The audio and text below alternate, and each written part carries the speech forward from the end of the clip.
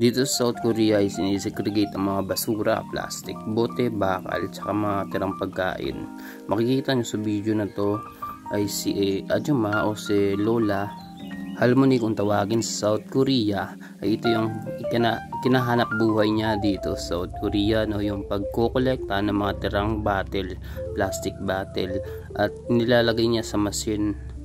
Ang machine na to ay parang junk shop o bumibili ng mga plastic bottle, no?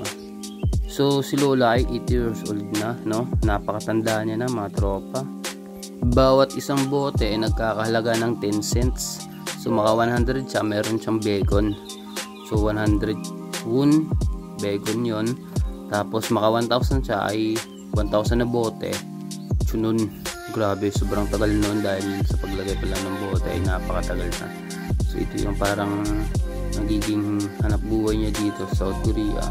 Although meron din naman silang benefit sa government, pero napakasipag niya. Bilib ako dito, no? Dahil matanda na nga si Lola, so wala nang kakuhang company sa kanya sa 80 years old, sa ganyang edad. Kaya ito yung naisipan niyang wise na paraan. Nakakatulong na siya sa kalikasan, no? So napaka-respectful ng ganitong uri ng gawain, no? Mga tropa, sa video na to ay may reason talaga na makukuha na maging makontento tayo sa buhay.